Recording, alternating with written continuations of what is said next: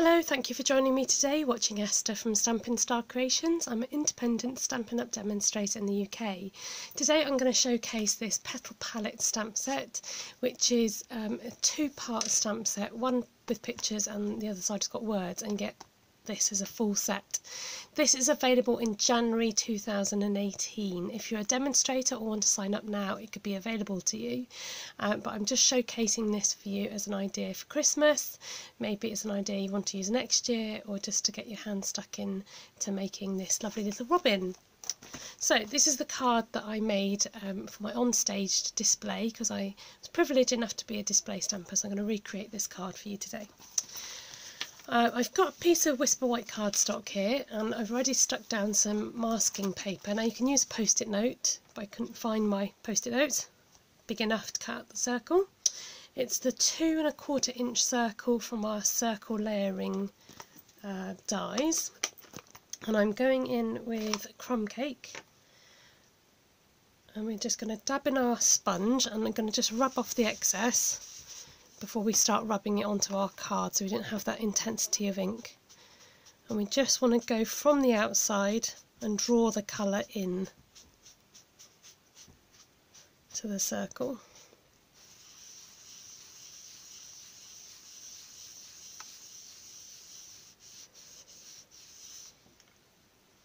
Now I'm going to leave the centre with a white patch and just concentrate on the edging. So we don't want too much colour, but when you lift the mask you'll see that it's enough colour that's being laid down. This is where the magic happens. I lift this back, and there you can see where the colour has come onto the paper.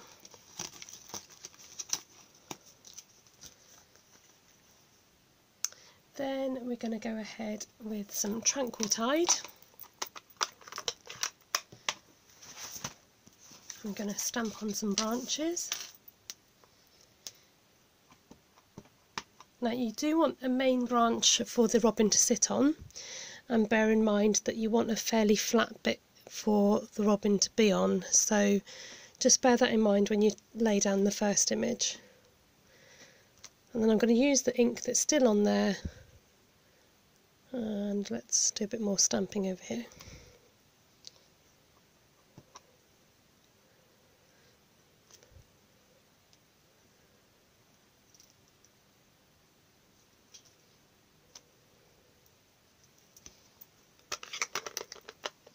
Actually, while I've got Tranquil Tide out, I'm just going to stamp my sentiment. For this I'm going to use Best Wishes.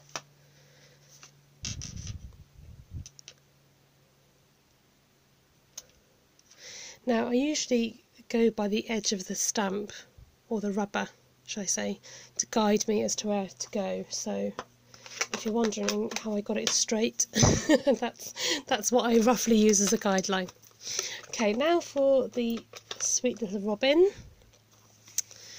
We're going to use two colours. I've got, is this chocolate chip, and Cajun Craze. I found Cajun Craze was the closest colour to an actual robin, so that's why I've gone for that.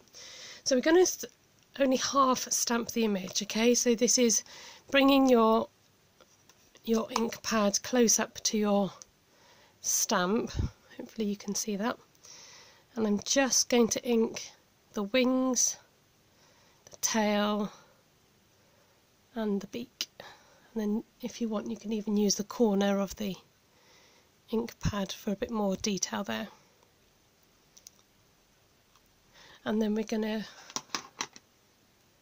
get the other half in Cajun Craze, turn it in the right way, and then stamp his chest into the red, or I should say Cajun Craze. Right, this bit is going to be eyeballing, so I'm roughly going to guesstimate where his feet land. Push that on, and there you've got your two colours.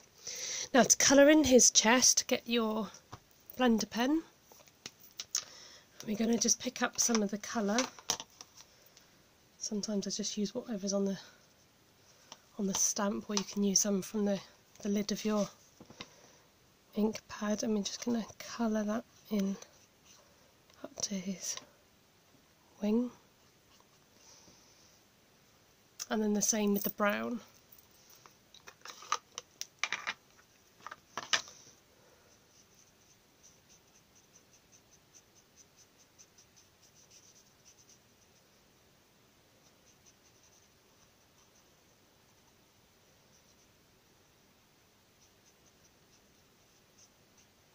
And the great thing about the blender pens is they're dual tipped, so you can use a different end for your colouring in. Now I have realised with my original I did leave a white patch, which is more Robin-like, and I forgot to do that for this one, so just don't get too carried away with your colouring in.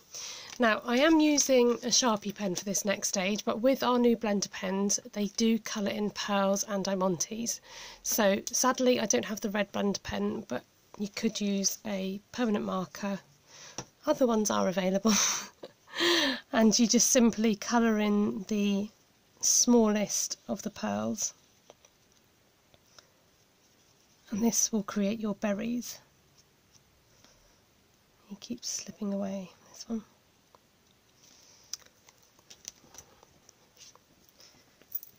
I'm just going to get my pokey tool. Oh, we got a stray black rhinestone. We can pop those in a cluster on the branch.